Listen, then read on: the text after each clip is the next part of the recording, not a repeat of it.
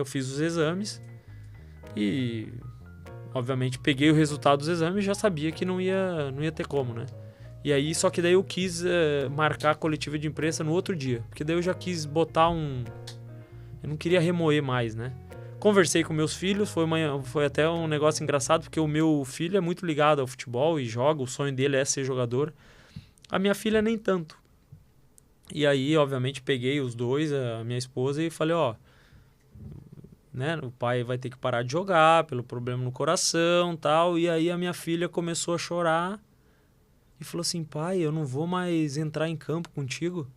Eu não vou mais te assistir jogar. E eu achando que ela não daria bola. Não daria bola, né? Então você vê, marca muito, né, também na vida da família, né? Tu conhece a minha esposa, tu sabe o quanto ela me acompanhava, ela nunca mais foi no estádio, desde que eu parei. Então, assim, você vai ter que ir fazendo luto, né? Mas tudo passa e as coisas vão se reorganizando e o foco vai mudando também.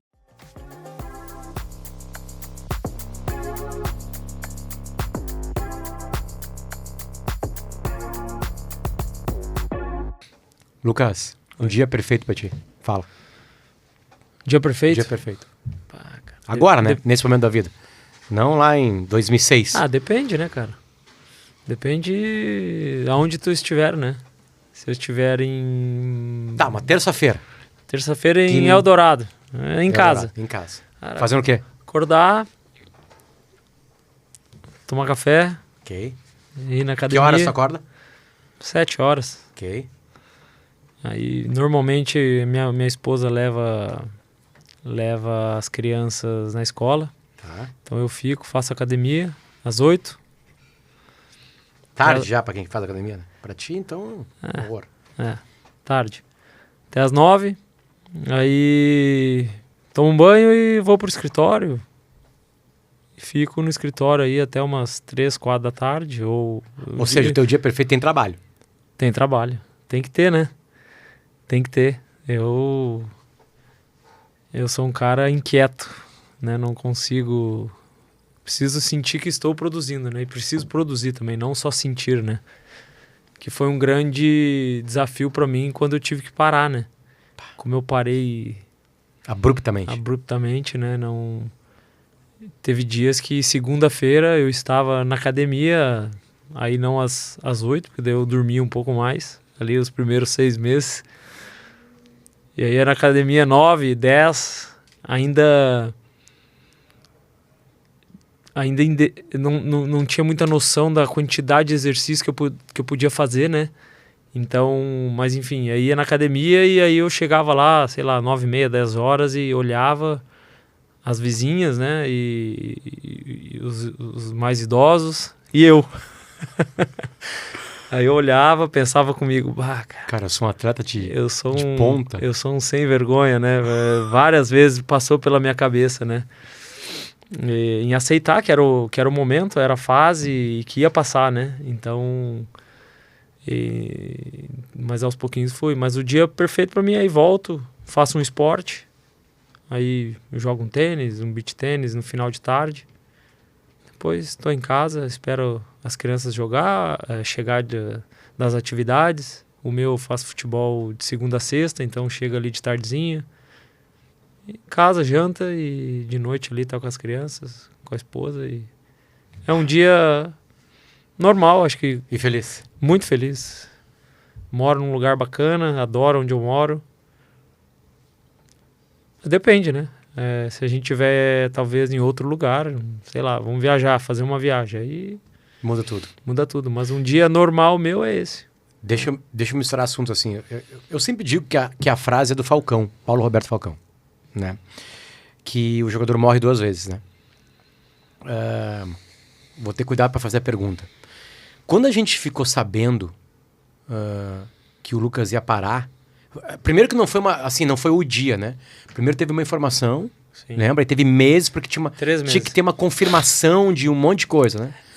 Teve um tratamento, né? Eu fiz realmente um tratamento com a esperança de voltar, né? Não era mentira, né? Obviamente a gente sabia que a possibilidade de reversão ela era pequena, né? Pelo fato de eu ter uma cicatriz no coração. Então, uma cicatriz é muito difícil reverter. Mas eu fiz um tratamento durante 3 meses, que foi o tempo que os médicos acharam necessário para bater o martelo, né? Ninguém quer aposentar... Os médicos não queriam me aposentar de qualquer maneira, né? Então, acho que foi isso. Tá, e aí então tu viveu com a expectativa de que pudesse voltar durante 3 meses. Exato. Até ter um dia que teria um resultado? Ou tu, durante os 3 meses, foi vendo, cara, não vai rolar? Não, foram 3 meses de medicação, sedentarismo total. Então, foi para mim muito difícil, porque eu não podia nem fazer uma caminhada, eu tinha que ficar Período de vida. 3 meses parado, literalmente. Rapaz. E no verão, né? Então, Começo assim, todo mundo fazendo exercício, se divertindo, enfim. E eu tive que ficar parado, né? Até evitar café, chimarrão, coisa que eu hoje tomo normal, não tem problema. E aí, depois, em março, né? Ali foi dezembro, quando eu descobri, em março, foi eu tive que refazer todos os exames para confirmar. E aí, ali deu a confirmação que não mudou nada de dezembro. E, inclusive, não mudou nada até hoje, né? Melhorou algumas coisas, alguns sintomas, não sintomas, alguns probleminhas que eu tinha de arritmia. Hoje eu não tenho. Eu acho que pelo tratamento, com certeza, que eu venho fazendo, né? E vou fazer para a vida inteira. Mas que não continuo sem poder jogar, né? Inclusive, futebol tem que tomar muito cuidado. Joguei uma pelada até hoje. Cuidando muito, assim, a frequência cardíaca, né? Mas o tênis eu posso jogar num nível bacana. O beach tênis eu consigo jogar. Uma corridinha ali de meia hora, 40 minutos, num ritmo... E como é que tu lida com a competitividade? Tu só competiu na tua vida? O esporte nunca foi prazer, entre aspas, né? Mas o beach tênis e o tênis eu consigo competir, né? Eu consigo jogar um jogo e, obviamente... Entregar tudo, 100%? No meu nível do esporte eu consigo e que seja seguro, né? Okay. Em relação ao batimento cardíaco, que é a minha maior preocupação, né? Então, como o tênis eu consigo parar, campeonatos, obviamente, eu já jogo alguns, mas jogo menos, né? Tem que jogar não todo fim de semana, né? Muito mais um jogo com os amigos e eu consigo descarregar aquela adrenalina lá de competição, que é o grande detalhe, assim, né? A grande dificuldade, né? E tu falou que o Falcão, né? Falou que o jogador, ele... Morre 2 vezes. Eu olho ao contrário. Eu acho que eu nasci 2 vezes, né? Eu até me emociono, assim, porque... Pô, provavelmente, se eu não tivesse feito os exames né? Talvez eu não estaria aqui. A gente não sabe, né? Pode ser que eu jogasse até os 40 com aquele problema... com este problema, mas eu nasci de novo, eu tenho certeza disso. Foi um exame de rotina? De rotina. Do clube? Do clube.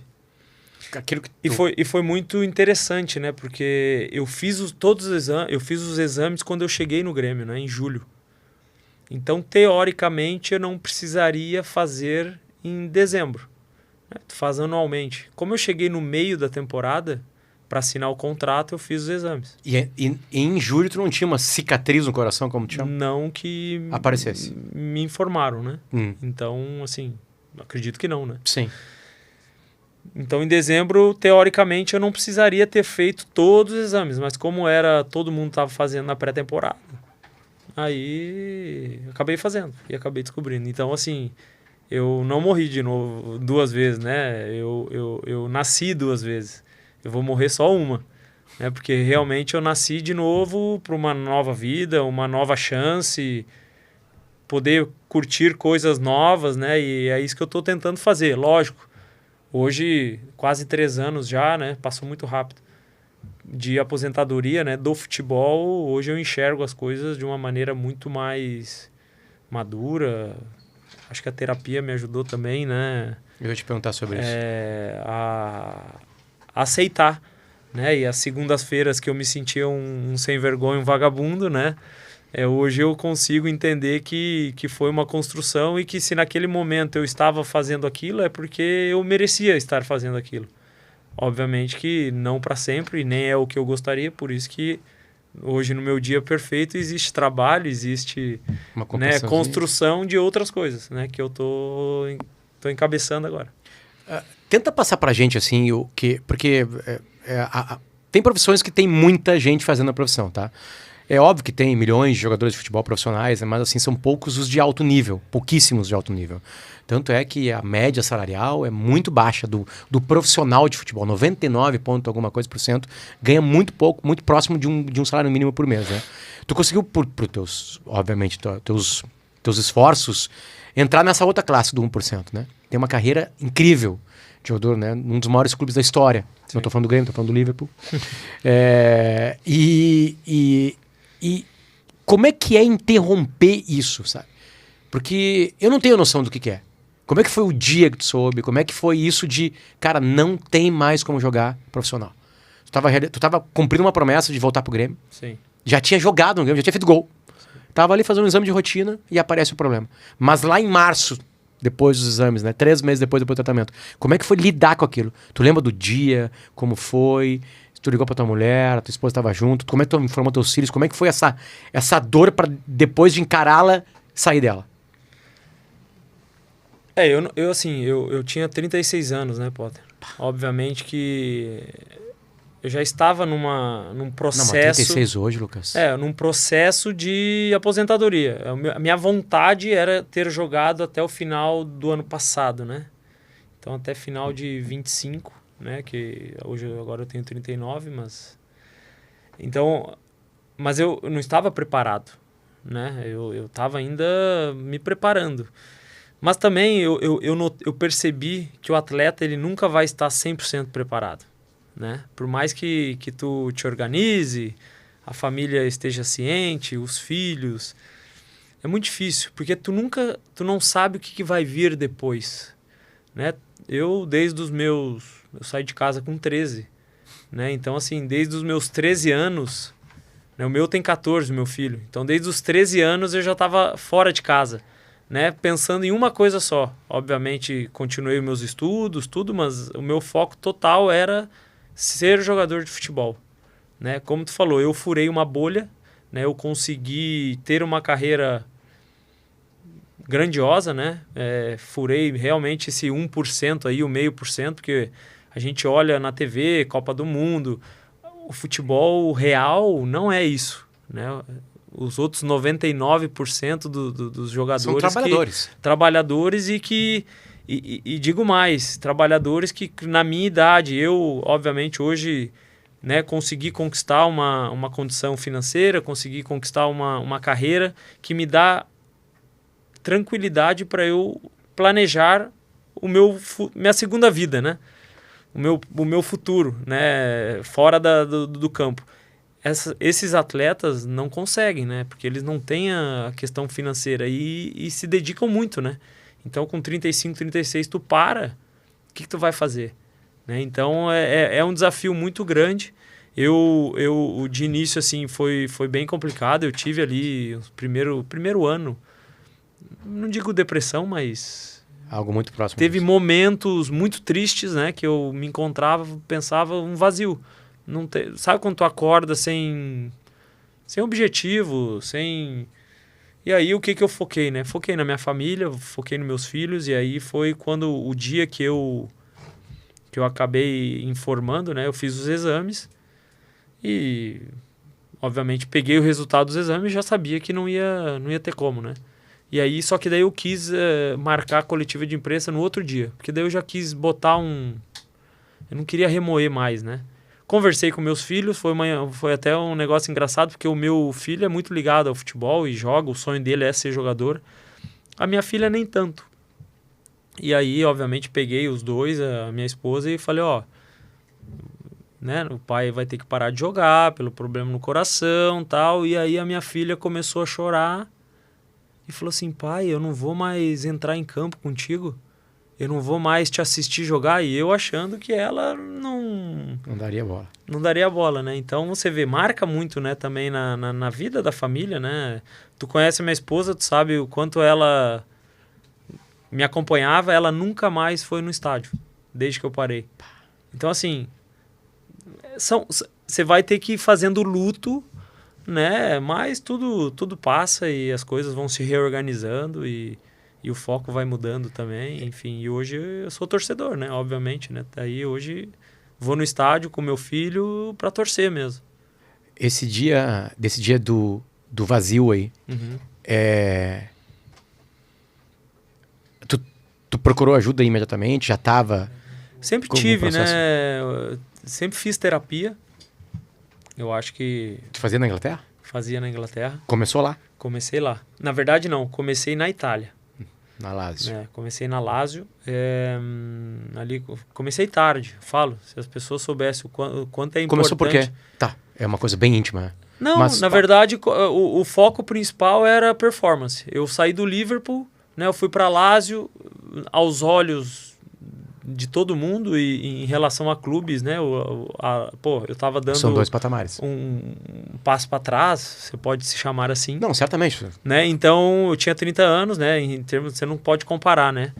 Mas a Lazio é um ótimo clube, mas não compara em relação à história e estrutura, né? Ao Liverpool. Então, a minha preocupação era o quê?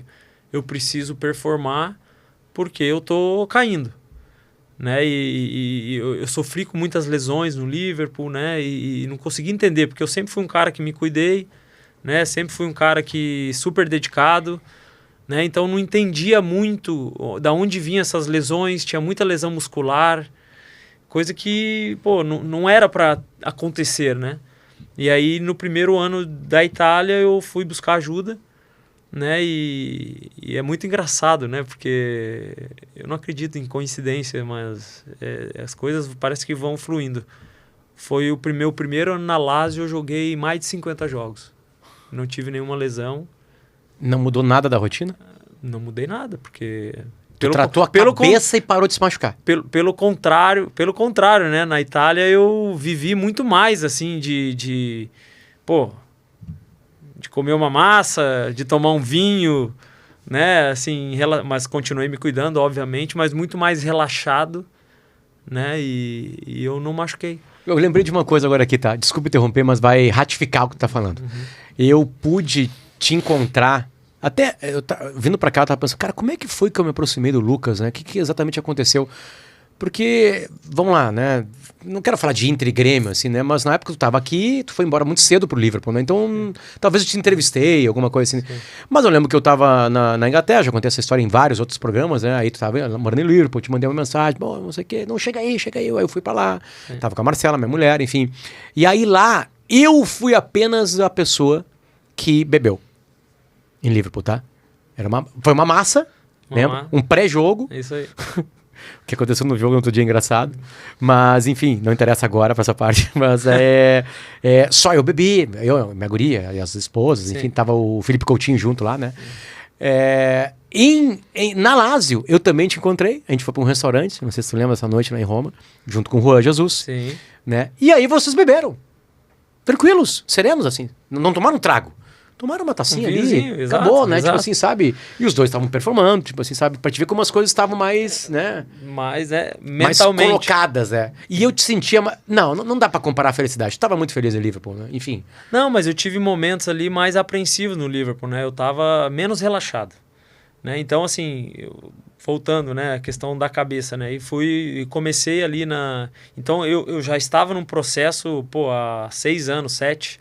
da minha aposentadoria, né? Então, assim, consegui lidar melhor, né? Então, mas mesmo assim, o vazio, ele vem, as dúvidas, o que eu vou fazer da minha vida, para qual segmento eu vou ir, eu vou trabalhar dentro de clube, eu vou ficar fora de clube, eu vou para algo completamente diferente, fora do futebol, né? Então gera essas dúvidas, né? E quando você tem muita dúvida e não tem muito norte, tinha ansiedade, enfim. Aí o que acontece com a maioria dos atletas, né? Engordam, né? E eu tinha essa questão da saúde, né? Porque eu também não sabia o tanto de exercício que eu podia fazer, estava sempre agoniado, o dia inteiro olhando o batimento. Então foi um início difícil, mas as coisas foram encaixando. O mesmo profissional ou a mesma profissional que estava contigo lá desde Roma, não dá para falar Roma, né? Porque parece... Sim. Aí vai revelar, desde a Lazio, Sim. É quem te acolheu no dia que nada fazia sentido? Sim. Sigo com a mesma terapeuta até hoje. Até hoje. Dá medo, cara, esse lugar aí? Que tu foi aí, que nada faz sentido? Não é que nada não fazia sentido. Muitas coisas faziam sentido, né? Eu olhava para minha família, fazia muito sentido, né? Era um vazio eu comigo mesmo, né?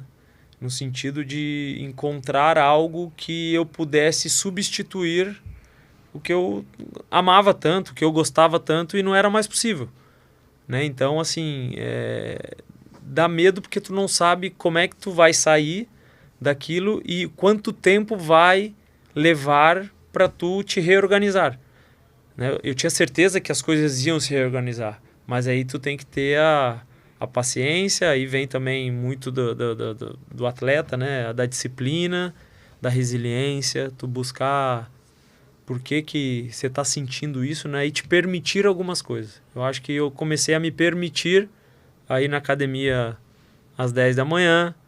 Com os tiozinhos, né? Então, assim, e aí aos poucos as coisas vão, né? Hoje, segunda-feira, eu não vou na academia às 10 da manhã. Eu vou mais cedo, porque depois eu tenho outras coisas para fazer. Né? Tem que trabalhar. Tem que trabalhar. É isso. Tem dois caras aqui no Rio Grande do Sul que viveram com este cara o mesmo ciclo, assim, de alguma maneira, tá? Tu vai ver que eu vou dar uma cortada agora de assunto, assim, incrível, tu vai ver. Olha só. Klopp, Jürgen Klopp. Um deles é o Tinga e o outro é tu. Eu já vi vocês dois contarem histórias dele. Os dois viveram quebra de ciclos com ele, certo? E vocês dois amam o Klopp. A história do Tinga é um carro conversível na frente da casa dele, buzinando, ele olha o Klopp, entra aí. Ele tava no Borussia, né? E aí o cara levou ele pro centro de treinamento e falou assim, cara, eu vou te explicar por que eu não quero mais que tu jogue aqui. Foi absurdamente sincero, o Tinga. Beleza, entendi. E contigo, tu jogou com ele ainda, né? Mas teve um momento que o ciclo acabou. Muito pouco. Metade? Joguei pouco com ele. Não, joguei 2 anos, mas em número de jogos... conviveu com ele, né? Sim, 2 anos. Mas por que vocês dois amam ele? Tu tocou numa palavra chave aí que eu acho que é a base da minha relação com o Klopp e o Tinga. Eu acho que ele não teve nem tempo assim de conviver muito com o Klopp, mas também foi sinceridade. Eu acho que essa foi a nossa relação foi pautada em sinceridade, né? O Klopp chega em outubro de 2015 no Liverpool, né? O Liverpool, enfim, mal no meio foi uma parada da seleção ali, ele chega. E quando ele chega, nitidamente ele ia fazer uma transformação no clube, né? Estava muito claro. E eu, obviamente, quando ele chegou, eu e o Martin Skrtel, né, o zagueiro, éramos os mais velhos do time. Não mais velhos de idade, mais velhos Estava mais tempo lá. Tempo, né? E aí, uma das coisas que eu enxergo hoje, né, e obviamente estando jogando a gente não enxergava, o que acontece? Quando os atletas estão há muito tempo no clube, às vezes a gente acha que o clube tem que nos suportar pelo tempo que a gente quiser, né? Meio que o clube... Esse clube deve pra mim. Eu fiz isso, eu fiz aquilo, eu ganhei aquilo, eu tive num momento ruim. Então, o clube, o mínimo que o clube faz, né? O atleta tem isso, né? Da gratidão. E o Klopp sempre foi um cara muito grato e um cara muito sincero, mas ele sempre deixou muito claro, né, que ele faria escolhas que ele achasse melhor para ele. E tá tudo certo. Ele é o comandante, né? Tava tudo certo no dia que ele informou isso para ti? Lá? Eu fui entendendo aos poucos, né? Eu várias vezes eu fui questioná-lo, né? Eu falo porque a minha relação com ele é tão forte que várias vezes eu fui questioná-lo por que eu não joguei. E ele falava, Lucas, olha só, a minha porta ela tá sempre aberta para ti. Eu sou teu amigo, mas eu não sou o teu melhor amigo. E eu sempre vou falar o que eu acho, não o que tu quer ouvir. Então, assim... Que espetáculo. Cara, como é que tu vai contra-argumentar? Não gostar de um cara, né? E ele era um cara coerente. Não é que ele falava um negócio para ti e com o do lado ele fazia diferente. Não. Ele era exatamente igual com todos. Então tu acaba respeitando, porque ele realmente está fazendo o que ele acredita, né? Porque já tive treinadores que, Lucas, não, é isso, é aquilo, tá? E aí com o outro era diferente. E aí que é onde o treinador, no caso, o treinador ou um gestor, eu acho que para a vida, né? Perde o grupo, perde o vestiário, Ou perde ganha. a empresa. Ou ganha todo mundo. Ou ganha todo mundo, né? Porque ele é coerente no que ele prega, né? No que ele diz. Então a minha relação com o Klopp ela é muito forte por isso, né? E teve uma vez que eu tive, na época da China, que a China estava bombando lá, tipo a Arábia agora, eu tive uma proposta da China. E aí eu fui, isso foi em dezembro de 2015 e ele chegou em outubro. E eu cheguei para ele, eu queria ir, porque eu já senti que eu estava perdendo espaço, eu falei, machucando bastante, né? Eu estava tendo muitas lesões. Eu cheguei para ele e falei, eu preciso ir embora, eu quero ir embora. E aí ele falou, Lucas, assim, eu entendo que você, talvez hoje você não jogue tanto quanto você gostaria, você tem uma oferta aqui financeiramente incrível, mas eu não posso te deixar, eu não posso, eu conto contigo aqui. Talvez não da forma que tu espera de jogar todos os jogos, mas tu é muito importante. Eu preciso que tu fique. Tal, não fui. Aí em julho... Ele te conquistou. Me deu, né?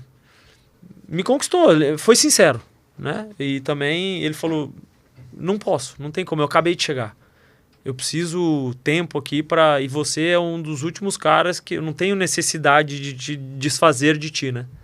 Aí em julho eu tive uma outra proposta. Isso foi em dezembro. Em julho, no início da temporada, tive uma proposta da Turquia. Também, me faltavam 2 anos de contrato. Aí tive uma oferta lá, 4 anos de contrato, um clube grande, pro grande, e aí pro Galatasaray. E aí fui de novo. Pô, tô jogando menos, tô jogando de zagueiro, ele me colocava de zagueiro, e eu não gostava de jogar de zagueiro, mas jogava, porque, pô, também tô no Liverpool, né? No final das contas, tô no Liverpool, né? Pô, tava lá já há 8 anos, né? E aí, Lucas, não tem como, tal. Ele falou, o ano que vem, eu vou deixar você embora. Eu preciso desse ano ainda, cara, tu precisa me ajudar aqui, tá? O ano que vem, se tu tiver alguma coisa boa, tal, tu pode ir embora. Aí passou um ano, né? Nós classificamos, né? Esse ano aí nós classificamos para Champions de volta, né? E aí... Trabalho dele dando resultado. Dando resultado. Nós perdemos, na verdade, o primeiro ano que ele chega, nós perdemos 2 finais, né? Perdemos a Europa League no primeiro ano. A Europa League e a Copa da Inglaterra. Nós perdemos as 2 finais, uma para o Sevilha e a outra para o Manchester City. A final da Europa League eu não joguei, a da Copa da Inglaterra eu joguei. Perdemos nos pênaltis para o Manchester City. E aí no segundo ano a gente classificou para Champions, né? Que a gente não jogava Champions. E aí veio a Lazio. E aí, enfim, foi um dia antes da gente viajar, acho que é para a Ásia ou para os Estados Unidos para a temporada, a Lazio veio. E ele falou, não, Lucas, eu combinei contigo, cara, é uma baita de uma cidade, é um campeonato que tu vai adorar. E ele não... Falou, vai tranquilo. E aí acabei, então... Né, me estendi aqui bastante para falar o porquê que a minha relação com ele é tão forte, né? Não, e é forte mesmo. Bastidores. Dias desses a gente se encontrou no sala de redação, lá na Gaúcha. Tu tava lá para gravar alguma outra coisa, acho que com Guerrinha, né? Sim. E aí eu falei alguma coisa, não sei porque, assim, olha aqui que ele me mandou. Uhum. Aí era uma foto dele com a neta dele na garupa, cara. Isso. Porra. Qual é o contexto para ele te mandar uma foto com a neta na garupa? Tá perguntando como é que ele tava, eu perguntei aí... Porque ele também fez uma decisão difícil na vida dele agora. Como é que tu tá, né? Ele não tava nem ainda no Red Bull, né? Sim. Ele não estava, ele tava completamente Ele tava em Eldorado. Tava curtindo. E aí ele, agora, obviamente, ele tá trabalhando, né? Como diretor-geral, né? Do Red Bull, mas na época ele tava de férias e curtindo, né? Então ele mandou a foto. Ele é um cara muito, muito humano, assim. É um cara espetacular. Sendo sincero, você falando... falando a verdade. Que coisa, né? Sempre, né? Eu acho que isso aí foi a base da nossa relação, né? É que a gente, assim... E tu não precisa agradar. Ele queria matar ele, muitas vezes, né? Até uma história engraçada, né? Quando eu completei 10 anos de clube do Liverpool, lá existe uma cultura que tem o testimonial. Né? O que é o testimonial? Os clubes ingleses, eles oferecem um jogo, né, no caso, para o atleta que está completando 10 anos, né, e monta um jogo e, cara, lota estádio, as pessoas realmente é uma festa para agradecimento, né, dos 10 anos de serviço. E aí eles me chamaram e tal, eu falei, gente, eu prefiro fazer uma festa, né, Brasil tal, eu falei, trazer os meus amigos do Brasil. Não, Lucas, tá tudo certo então, vamos organizar a festa. E aí organizamos a festa, foram 30, 40 pessoas familiares, né, próximos, lá pro Anfield, né, a festa foi em Anfield, e aí no discurso o Klopp lá... Fechado, sem torcida? Sim, sem torcida. Tu já teve... Cara... Aí... Não dá pra tratar com normalidade isso, desculpa, cara, desculpa aí. Eu fiz uma festa na ABB, entendeu? Tipo, você sabe, cara... Não dá pra tratar com uma normalidade, não vou deixar passar isso. Não, já salientei, então, tipo, você sabe, mas onde que é? No grupo, sabe onde é? Em Anfield, sabe? Tipo assim, sabe? Bom, beleza. Não, enfim. Ok. Aí nos discursos lá, os agradecimentos, o Klopp chama, né? Sobe. E aí chama a Ariana, né? Minha esposa, tal, meio que uma entrevista, tal, né? Aí perguntou, como é que era o Lucas em casa? Aí a Ariana falou, quando tu colocava ele ou não? Depende, né? Depende. Então, assim, eu queria matar ele muitas vezes, né? Mas essa relação de sinceridade, honestidade, no final tu te dá conta que, cara, tá tudo certo, né? Não vai concordar sempre, né? E tu leva pra vida isso, né? O esporte de alta classe te possibilita trabalhar com os melhores do mundo, né? O Klopp é um dos melhores do mundo, né? Tu teve companheiros melhores do mundo, né? Tu teve que lidar com gente que é top, ou jogar contra, né? E ele dá, né? Tu teve que marcar os melhores do mundo. Teve que cruzar com os melhores do mundo. Tem um vídeo engraçado teu do Ibrahimovic brigando, né? É um dos melhores do mundo, tá? Tipo assim, e tu provocando ele e ele te provocando, tipo assim, sabe? Sendo insuportável que ele é dentro do campo, né? Sendo aquele personagem que ele é, né? E ter o controle emocional porque realmente é um personagem, né? Ele é um personagem. Personagem total. Sim, o Ronaldo joga mais que ele. Enfim, tem um outro vídeo engraçado dele olhando pro Ronaldo. Já viu esse vídeo? O Ronaldo, prestes pra começar um jogo. Eu vi. Ele olhando paixão, assim como... Sabe? Não compara, né? Não compara, claro que não. Tá. Mas eu digo assim, sim. ele é um personagem até nisso. Sim, até nisso. Né? Mas não quero falar do Ibrahimovic. Como é que tu pega coisas dos melhores do mundo, tu entende isso, porque é muito difícil ser os melhores do mundo, né? É muito difícil isso, né? Eu tive, assim, uma das coisas que eu sempre gostei, assim, é de observar e aprender, né?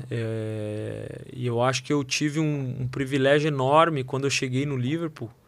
Eu joguei ali, logo quando eu cheguei, era o Gerrard, o Mascherano e o Xabi Alonso, o meio-campo. Então, ficava puto, queria jogar, tudo isso continuava, assim... Que bom, né? Que bom, isso é ótimo, tava né? satisfeito, os caras me mandaram jogar no time B lá no início e puto da cara, mas eu consegui absorver muitas coisas, né? O dia a dia... como é que eles se comportavam, como é que eles treinavam, como é que eles recebiam a bola, né? Eu acho que isso me ajudou muito a evoluir. Então, é a possibilidade que o esporte de alto nível te dá, né? E hoje, com certeza, eu não levo mais o jeito que ele dominava a bola e chutava, mas eu levo a forma que ele se comportava no dia a dia, como é que o Gerrard era como um capitão, como é que o Klopp foi como um líder, como é que o Rafa Benítez, né, que foi um cara extremamente importante... O próprio Mano Menezes aqui no Grêmio, né? Um cara, que para mim foi muito importante, né? Me deu também oportunidade no Grêmio, na seleção brasileira, entendeu? Então, assim, o Renato, né? Na minha volta, o Roger, que foi quem me trouxe. Então, eu consigo pegar um pouco e aprender com todos eles, né? Eu acho que o esporte te dá essa possibilidade. Mas o que tem no dia a dia, assim? O que é diferente no dia a dia? Potter, é que assim, tem coisas que parecem normais e que é o mínimo, mas nem todo mundo faz, né? Então, assim... Isso é um bom começo de corte. Né? Explica. Chegar antes do horário. Ah, o horário é... Tipo, aconteceu contigo aqui hoje. Hoje tem duas coisas. Até pensei quando você brincou comigo, chegou antes. Ou eu tô com muito tempo, né? Ou eu não gosto de chegar atrasado, né? Eu acho que é mais eu não gosto de chegar atrasado. Não gosto de chegar atrasado. Mas é assim, eu aprendi a chegar sempre antes, né? Por quê? Porque sempre um imprevisto, tu pode fazer um negocinho a mais. E se tu chega antes, meu amigo, tu é exemplo. As pessoas te olham, você, né? Tem uma história do Ronaldo lá, não sei, do Cristiano Ronaldo, né? Que falam... eu chegava às 7 horas, ele tava lá às 6h30. Aí eu cheguei às 6h30, ele tava lá às 6. Então, assim, é um dos exemplos, né? Então, o Gerard, era um cara... Ele tinha um Liverpool, a cidade de Liverpool nas costas dele, né? Porque é um cara o maior jogador da história, junto com o Kenny Dalglish, o capitão. Então, eu olhava, como é que esse cara se comporta? Como é que esse cara treina? Depois do treino, o que ele faz? Né? Então, assim, copiava mesmo, né? Copiava. E, obviamente, juntando com a minha disciplina, com a minha vontade de vencer, eu acho que isso aí é chave, né? Para você... E hoje eu não vejo como eles dominam a bola, mas não me interessa mais. Mas como eles se comportavam, a sinceridade que o Klopp tinha comigo, para eu ter também, né? Com as pessoas, de não ter medo de não agradar. Porque não tem problema você discordar, desde que... né, seja de uma forma honesta, uma forma sincera, uma forma clara. Eu acho que as pessoas sendo claras, eu acho que as coisas encaixam. Lucas, eu vou falar uma bobagem sobre a profissão que tu mais fez na tua vida, tá? E tu continua, né, de uma maneira, né? E aí tu pode me pisotear depois. Eu acho que tem uma coisa que é muito importante no futebol, que é uma coisa chamada design.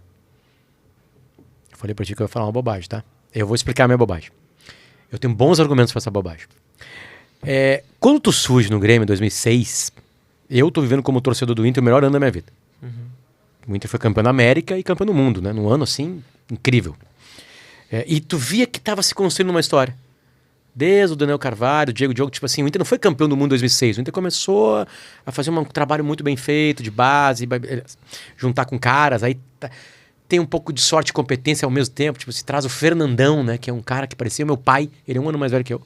Sabe, tu olhava e falava, como é que o cara é tão adulto, né? Tão gigante. O cara é um ano mais velho, né? Enfim. Dito isso, tá lá no Grêmio. Um cabeludo, loiro, de olho azul, sabe? Correndo pra tudo que é lá do campo. O teu cabelo dava uma sensação, o Tinga uma vez falou isso também, dele, assim, que tu tava participando muito mais do que os outros no jogo. Sabe? Porque tu chega pra dar um carrinho e parece que veio uma nuvem junto, assim, né? Aquela coisa. E cabelo loiro ainda por cima, que chama atenção, aquela coisa toda assim, sabe? E aí eu comecei a te odiar como torcedor de futebol, assim, tipo assim, porque... E esse filho da puta ainda joga bem, né? A passada, a matada é mais fácil, tá sempre claro, sempre clareia perto dele as coisas, né? Tipo assim, clareia o jogo, assim, sabe? Assim, e ainda é cabeludo, assim, sabe? Combina com o Grêmio de alguma maneira, assim, sabe? Aquela história do Grêmio meio, não sei o que, aquela raça, sei lá, aquelas coisas que o Grêmio leva, como é? A imortalidade, aqueles jogos. E tu viveu, né? Um dos maiores cases disso, né? Dentro da história do Grêmio, que foi lá nos Aflitos. Eu tenho razão na minha tese? Às vezes o design interessa também no futebol. Se tu tivesse o cabelo curtinho, se tivesse sido... não sei. Quantos anos ficou de cabelo comprido na tua carreira? Eu cortei Menos. Em 2008 ali, eu acho. Ah, cedo? Cedíssimo. Porque eu cheguei na Inglaterra, é muito frio, aí tinha que cuidar. Fui ficando mais velho, já tava perto de casar, aí eu falei, não, acho que essa moda surfista que nunca pegou uma onda, né? Surfista do Mato Grosso do Sul, imagina, que coisa linda. No Mato Grosso do Sul. Eu acho que foi uma coincidência, eu não acredito muito, mas eu acho que, sabe, que nem tu falou, assim, encaixou. Que isso te dava uma identidade. Quando tu chega em Liverpool, é uma identidade. Inclusive até hoje, né, assim, eu joguei, o Grêmio, né, foi o meu time de infância, mas mesmo assim foi o time que eu menos joguei. Né? Olha que louco, né? Loucura, né? Foi o time que eu menos joguei. Claro, porque tu sai rápido. Eu saio rápido, volto, jogo e pouco, né? E dá o problema. Mas a minha identificação com o clube foi de uma forma tão forte, né? Que aí remete ao que tu falou. Eu acho que combinou. Né? Tem clubes e tem jogadores que foram feitos um para os outros, né? A gente pode pegar outros clubes aí, vamos pensar num clube aí, quando vamos falar do Flamengo. Quem vem na tua cabeça? Zico. Exatamente, foi o mesmo que veio na minha cabeça. Né? Quando eu falo Inter, quem vem na tua cabeça? Real, responde de coração. Fernandão. Sério, cara? Uhum. Por quê? Eu acho que foi na época que eu... Você foi adversário dele. Foi adversário, né? E vivi muito, né? Aquele período, o período glorioso também, né? Vitorioso do Inter, né? Então, assim, obviamente... O que é admirar um cara do lado do rival mesmo, assim? Ainda mais na maior rivalidade do Brasil. Porque a gente, obviamente, a gente se encontrava muito fora, né? Não era amigo dele, mas encontrava. Tirar uma foto, uma entrevista. Eu era jovem, né? Muito jovem, então assim... Tu teve conversa com o Fernandão? Conversa, então era um cara... Eu acho que era um cara muito parecido, assim, né? Em relação à conduta, em relação aos valores. Então, é um cara que me vem na cabeça, ele. Né? Obviamente tem o Dunga, tem o Falcão, né? Agora veio o Tinga também, Sim. que é meu amigo. Então, assim, mas assim, o Fernandão, naquele período, né, que eu vivi, assim, mais próximo do Inter, né? Porque estava no dia a dia e torcia contra, né? Normal. Ganhamos o Gauchão, né? No Beira-Rio. No Beira-Rio. Então, assim, me vem ele na cabeça. Mas então tem clubes e jogadores que são feitos um pro outro, né? Eu acho que o Grêmio encaixou. Então, meu design talvez favoreceu... aquele né? momento. Favoreceu aquele momento. Que, por exemplo, assim, toda aquela confusão na Batalha dos Aflitos lá era um sábado, né? Foi um sábado, né? Batalha dos Aflitos foi um sábado. Foi um sábado. Tu tava lá no meio da confusão sempre, sabe? Tava aparecendo, sabe? Tu tava lá. Não dei soco em ninguém. Brabo, porque, enfim. Né? Até porque o loirinho de olho azul não oferece muito medo, né? Assim, no futebol não tem o que fazer. No futebol não tem o que fazer, né? Mas tá bom, mas eu tinha raça. Aí quando eu dava uma chegada forte em alguém, aí eu vou, mas esse loirinho aí, Tá aí. Ele não é tão frágil, né? Como parece. Lucas, como é que foi eu não quero voltar ao grande problema, que a gente já falou bastante aqui, mas como é que foi o Renato contigo, né? Nesse inteirinho, assim. Porque todo mundo fala muito bem desse lado do Renato, Sim. né? Que ele tem um lado, assim, humano, assim, né? Incrível, mais do que os outros, né? Como é que ele lidou? Sofreu junto contigo? Como é que ele tava ali pertinho de ti? Eu até vou fazer uma comparação, obviamente, em jeitos totalmente diferentes de gerir, né? Mas ele é um cara muito parecido com o Klopp em relação à gestão, né? É um cara olho no olho, é um cara super humano, de um jeito diferente. O Klopp não faz tanta piada que nem o Renato, né? Mas o Renato é um cara, assim, olho no olho, um cara super carinhoso com os atletas, né? Não tem duas caras, é direto ao ponto. Né? Um cara que valoriza muito também o atleta. Ele sabe o que precisa ser feito, porque ele já fez... ele fez tudo o que não podia ter feito, né? Fora do campo. Fora do campo. Então, ele cobrava muito mais, porque ele tinha essa experiência, né?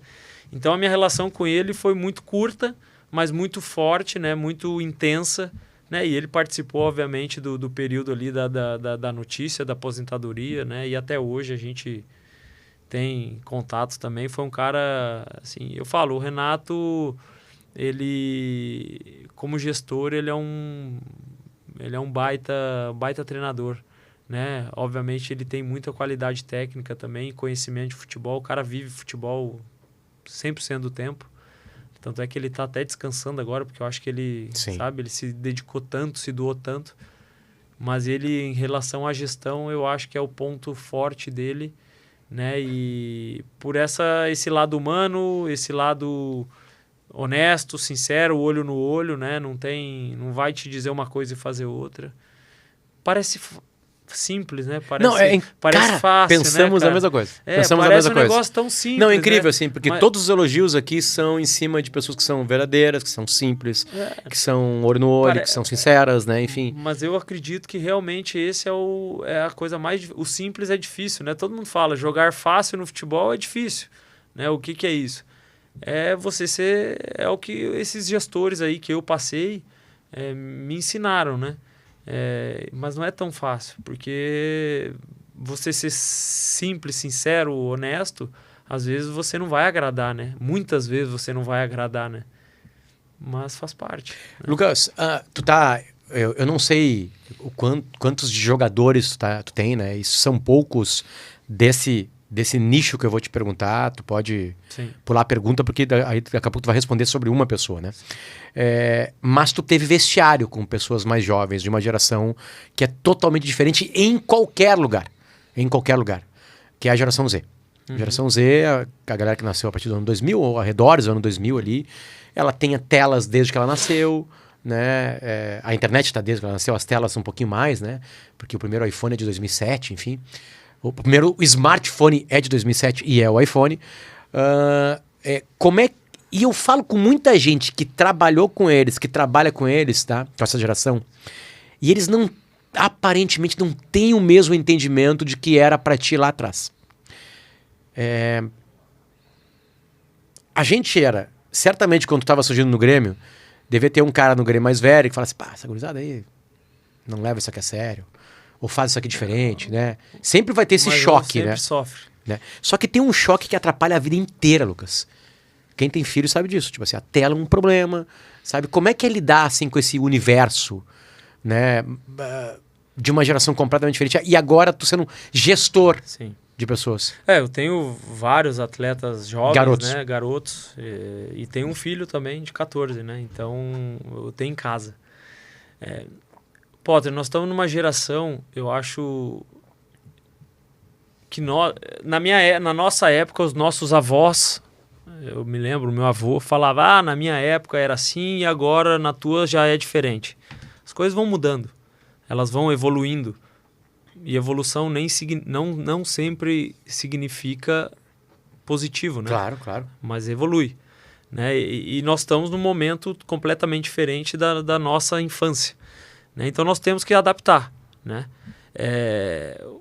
O que eu vejo? Né? O que mais me preocupa hoje, na geração de hoje, né? É que a tela, você tem tudo de imediato. Né? E você não precisa ter paciência para nada. Você não precisa esperar. Se você não gosta de um vídeo, você passa ele.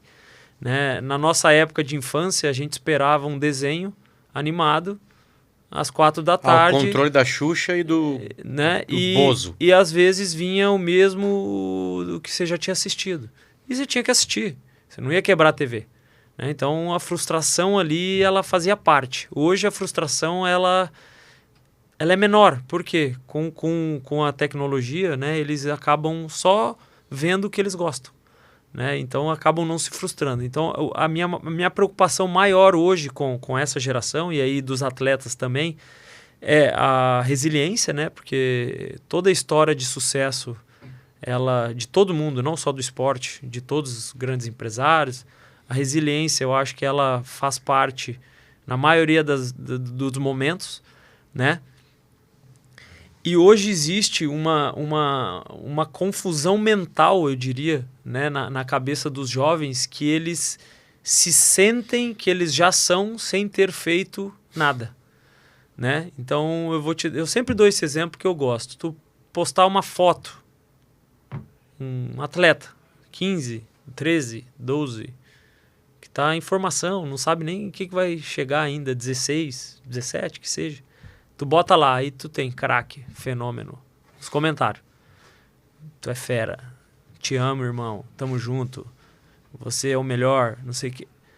Isso infla o ego desses adolescentes, e eles realmente acreditam que eles são aquilo. Isso é muito perigoso. Eu não estou dizendo que eles não precisam ter confiança, mas tem um equilíbrio para entender que aquilo ali é um processo que vai levar muito tempo e que ele tem que ser resiliente. Como é que faz isso? Essa tua resposta vai ser usada por pais, mães, avós, tio, tias, dinos e dinas. Como é que se faz? Eu acho que, de novo, né, eu vou dar exemplos porque eu vivo hoje, né, dentro, né, tá, mas aí tu é pai, tá? Mas como é que tu faz com um garoto que tu não é pai? Exatamente, aí o que eu vou tentar dizer, né, assim, primeiro, família, pai e mãe, tem que ajudar a controlar, ao invés de dar mais corda, né? Porque se um atleta de 15, 16 anos, 14, ele acha que realmente ele já é o cara e os pais acreditam junto, não vai rolar. Não vai rolar. Em algum momento isso vai cair. Então, assim, primeiro, base familiar, né? Não tem jeito. Acho que a base familiar, ela é extremamente importante, né? De mostrar pro menino, né? E meu papel como empresário também é mostrar, mas eu não fico 24 horas, eu não tô... Os clubes também, eu acho que, né, tem um papel importantíssimo na formação, né? A gente tá falando do futebol em si. Acho que os pais são os mais importantes, né? E os atletas entender, e aí é difícil, porque é uma geração que eles têm tudo na hora, né? Que primeiro você produz, depois você recebe, né? Tá invertido um pouco essa ordem, né? E aí, por conta da indústria, né? A indústria do futebol tá assim, né? Hoje você vê contratações milionárias de meninos que nunca jogaram no profissional.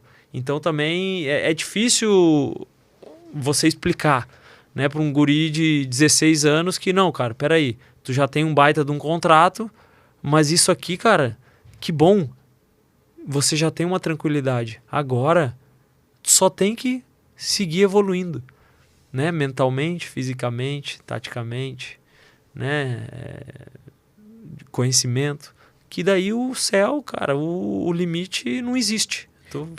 Quem venceu isso seguiu essa cartilha? Quem tu enxergou assim que era garoto, daqui a pouco tu pegou alguém lá Lázio, enfim, que hoje tá muito bem, né? Ou até nessa passagem rápida pelo Grêmio, assim, que tu vê que tá bem, conseguiu vencer isso, porque vai estar lá, né? Vai estar lá. Ao mesmo tempo a rede social também traz um jogo mal, que tu é tudo de ruim, que tu é um lixo, eu sei onde os teus filhos estudam, tipo assim, também tá ali nesse bolo, né? Quando a má fase tá pegando. Mas aí, claro, um pouquinho mais avançado, já é uma coisa... Os garotos do Grêmio, agora, eu lembro de acompanhar isso aí.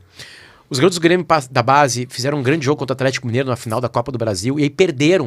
Os caras invadiram as redes sociais dos caras. Mas é aí que tá. Por quê? Eles ganharam de 3-0 e eles eram fenômenos. Se tu vê... Vão salvar o Grêmio, a geração mais mágica. Eu vi, tem 100 milhões de euros.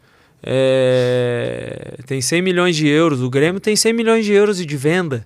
Porque são... Aí na outra semana eles tomam 4-0. Mas eles não estão prontos. Então, é o grande desafio desses atletas entenderem que eles não são fenômenos porque eles ganharam de 3-0, mas eles também não são umas porcaria porque perderam de 4-0. Eles são o que eles são no momento. Eles são jovens, em formação, né, que tem uma qualidade técnica excelente, é uma geração do Grêmio muito boa, tanto é que já temos aí alguns no profissional. Exatamente. Né? E eles vão chegar, muitos dali vão chegar, mas faz parte de um processo. Né? Mas é aquele negócio, acho que a base familiar é extremamente importante, né? Porque você, vem aqui, calma. Você fez um gol no profissional, mas é só um gol. É muito louco isso, né? Porque parece que tu nunca tá contente, né? Mas é a única forma de você atingir lá o alto nível, né? Não tem jeito, não tem. Porque o esporte, ele é o detalhe. É o detalhe, né? E se você baixar um pouquinho, vem outro e vai te atropelar. Não tem jeito. Lucas, vou ter que cuidar com as minhas palavras, né? Porque vai parecer que tá rolando uma coisa, mas não tá. Eu comecei a nadar, tá? Eu levei o meu menorzinho na natação, e aí eu ficava lá esperando, aquele saco, né? Porque ele tava lá, ele só cuida pra não afundar, né? Tipo assim, não tem nada de emocionante. No primeiro dia legal, tira um monte de foto. No quarto dia, tu não aguenta mais aqueles 40 minutos. Aí veio o dono da natação e falou: por que tu não fica na piscina do lado nadando ali? Nada. Eu, sério? Tu larga ele na água, vale nada, na hora que ele sair, tu pega ele. Beleza, comecei. E vou pro lado da piscina, volto pro outro lado da piscina, vou pro lado da piscina, volto pro lado da piscina. Tô nadando, certo? Tô nadando. Aí, eu vou pra Torres, né? E eu tô correndo também. Tô vendo que eu sou um triatleta quase, né? Tá bem, tá bem. Aí... Tá fininho. Aí machuca a panturrilha.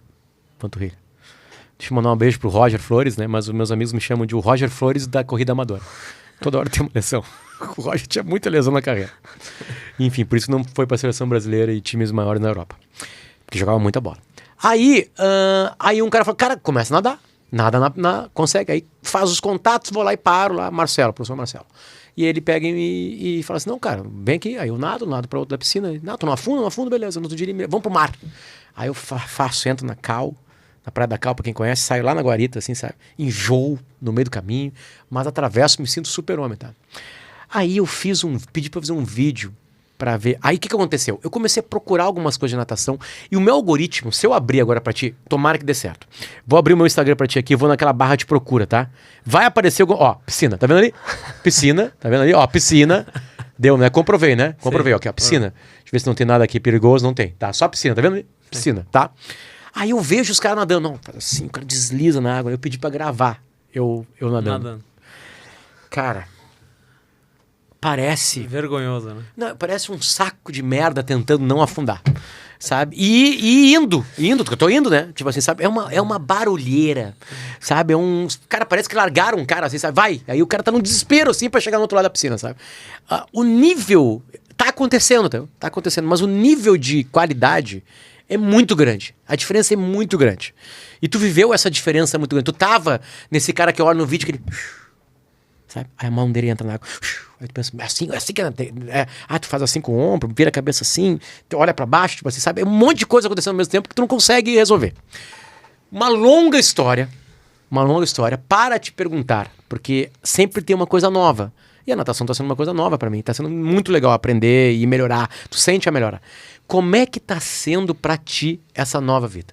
Porque tu, quando tinha 14 anos de idade, tu não falava assim pro teu pai e tua mãe, eu quero ser empresário de futebol. Ninguém quer ser empresário de futebol. A pessoa se torna empresário de futebol. Como é que tá sendo pra ti? Eu tenho certeza que não é um saco de merda tentando não afundar, que nem eu sou nadando. Mas como é que tá sendo pra ti? Porque não era melhor, não era coisa que tu sonhava fazer. Não. O teu exemplo eu uso agora quando eu jogo tênis, né? Porque, eu dou um saque lá, esse saque aí foi, 300 por hora. Foi mais rápido que o Alcaraz. Eu vou me filmar aqui batendo a bola, meu backhand tá voando. Aí eu vou me assistir... Tênis dos anos 40. Meu Deus do céu. Dos anos 40, não, velocidade dos anos 40. Enfim, então é normal, né? A gente sempre acha que a gente tá super bem, né? Porque eu me lembrei disso não, que tu tá falando dos garotos, exato, né? O garoto fez um golzinho na base ali, exato, na semifinal da Copa do Brasil, de Sub-17. Como tá sendo, né? Tá sendo um desafio enorme, né? Obviamente eu com muito mais maduro, né? Hoje eu tenho noção, né? É um desafio enorme porque eu tive muita experiência dentro de campo, né? E tive exemplos também convivendo com atletas, amigos que tinham empresários, eu tinha empresário, né? Então é um desafio muito grande porque eu consigo hoje trazer, quando eu era jogador, o que faltava talvez para mim quando eu jogava, né? Na parte empresarial, né? Que talvez o empresário não fazia, ou que eu gostaria que fizesse. Talvez ele fazia, mas eu vejo que não era o papel dele, que ele fazia até a mais, que não é. Então, assim, para mim é um desafio, como eu falei, é algo que eu não planejei, né? Foi uma maneira de permanecer no futebol, não estando dentro de um clube de futebol, né? Não sendo treinador, não sendo executivo, tendo uma liberdade de tempo. Eu acho que isso também pesou muito, né? Mas eu também estou muito feliz. Por quê? Porque quando tu conhece atletas que talvez tiveram uma carreira talvez mal orientada, ou um guri novo que você pode ajudar de alguma forma a chegar, né? A gente não sabe se vai chegar, mas que ele tem um percurso que consiga chegar a atingir o sonho dele e você fazer parte disso, isso é muito legal, é muito gratificante, né? Esses tempos eu recebi uma mensagem no final do ano ali de um pai, de um cara já não é base. Obrigado por acreditar no meu filho. E aí como assim? É um baita de um jogador, eu acho. E aí, aí tu recebe uma mensagem dessa, é gratificante, né? Sinal que tu tá no caminho certo. De novo, tu não vai agradar todo mundo. Tem gente que vai achar que tu é uma porcaria do empresário, mas tá tudo bem. Então, assim, para mim é um desafio enorme, por quê? Porque eu tô conhecendo o outro lado da mesa eu tô conhecendo o que envolve ser empresário de futebol, né? E te confesso, muitas vezes, lá no início eu pensava, isso aqui não é para mim, né? Eu preciso... Mas também cheguei à conclusão que se você fizer diferente, né? Você tem espaço para fazer diferente, vai levar mais tempo, com certeza, mas o resultado ele vai chegar, né? E eu, como eu não tenho pressa, e eu tenho uma reputação, eu tenho um nome a seguir, né? Eu estou muito feliz, estou adicionando conhecimento, estou fazendo cursos de gestão, e tem coisas que é a experiência, é o dia a dia, né? Vão aparecendo os problemas, tu tem que resolver. Eu tenho pessoas também que me ajudam, né? Eu não estou sozinho nisso, eu tenho um sócio, é um cara também experiente, de mercado já há bastante tempo, então muita coisa a gente troca de ideia, né? E está sendo bem legal. Eu acho que me encontrei, acho não, tenho certeza, me encontrei, né, nessa profissão e quero criar algo que seja, que deixe aí, se meu filho um dia quiser... Tu vai ser empresário do teu filho? É uma boa pergunta, Potter. É muito difícil, né?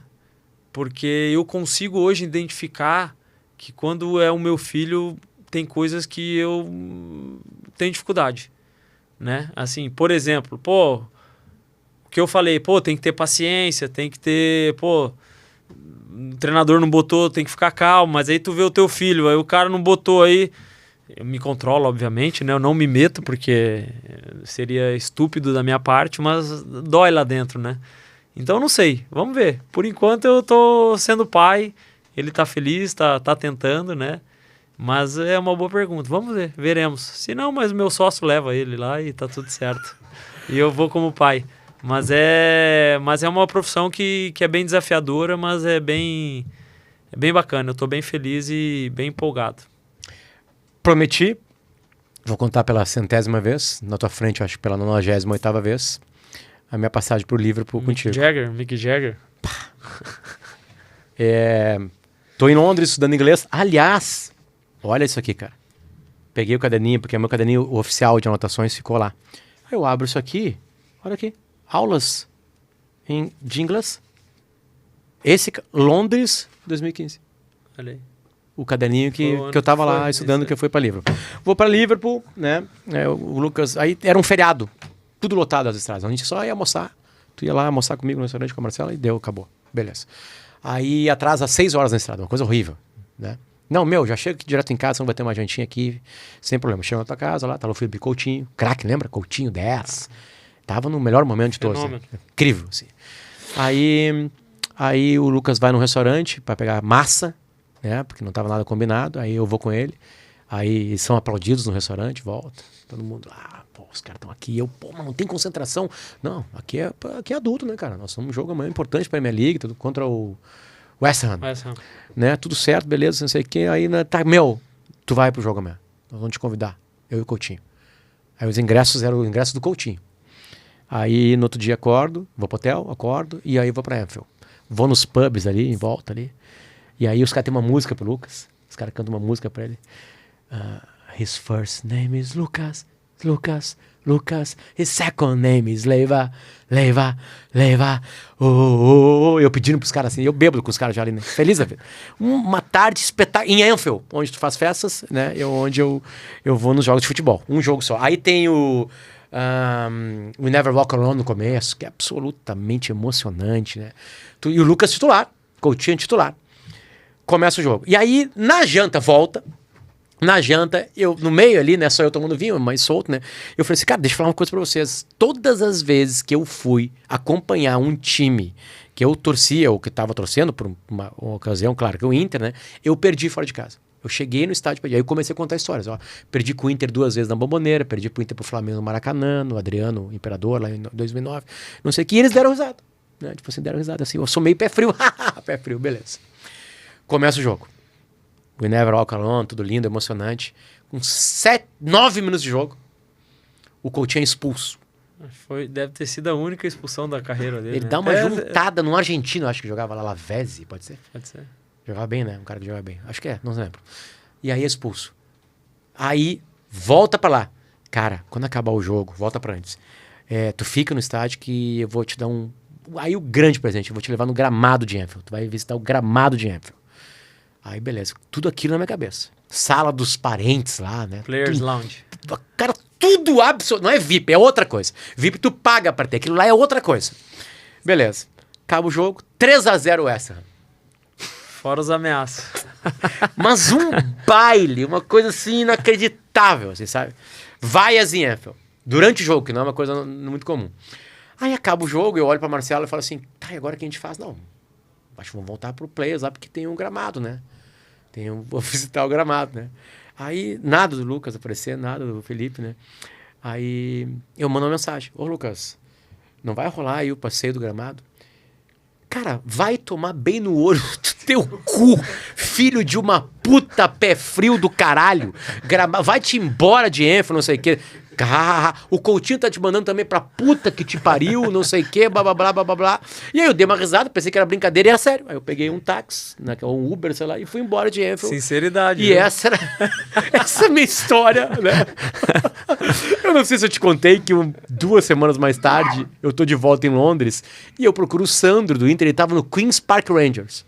Mesma coisa. Ele machucado, ao lado dele, contra o Nottingham Forest. 1-0. Queen's Park Rangers. Não, e eu acho que esse jogo aí foi o último jogo, se não me engano, tá? O último jogo do Brendan Rodgers. Depois ele vem o Klopp. Nesse jogo que eu tava? Eu acho que foi um dos últimos Olha jogos. Aí. E agora? Talvez você... Pega essa aí.